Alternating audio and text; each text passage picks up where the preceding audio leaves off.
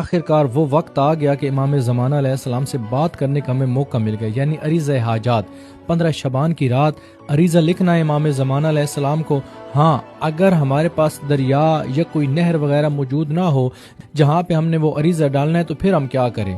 اگر آپ کے پاس دریا یا کوئی نہر موجود نہیں ہے تو 15 شعبان کی رات آپ عمل کریں گے،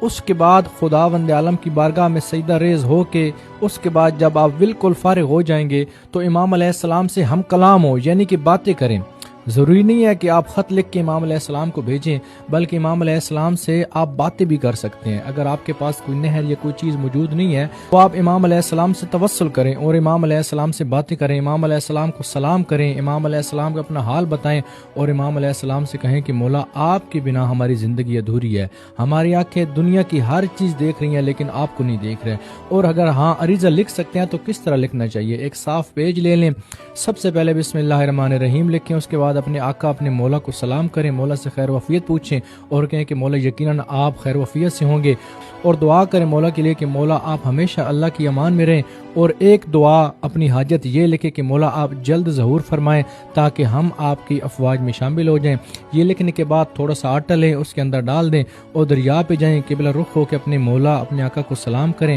اس کے بعد یہ عریضہ اپنے امام کو بھیج دیں، امام علیہ السلام ضرور اس کا جواب بھی دیں گے۔ اگر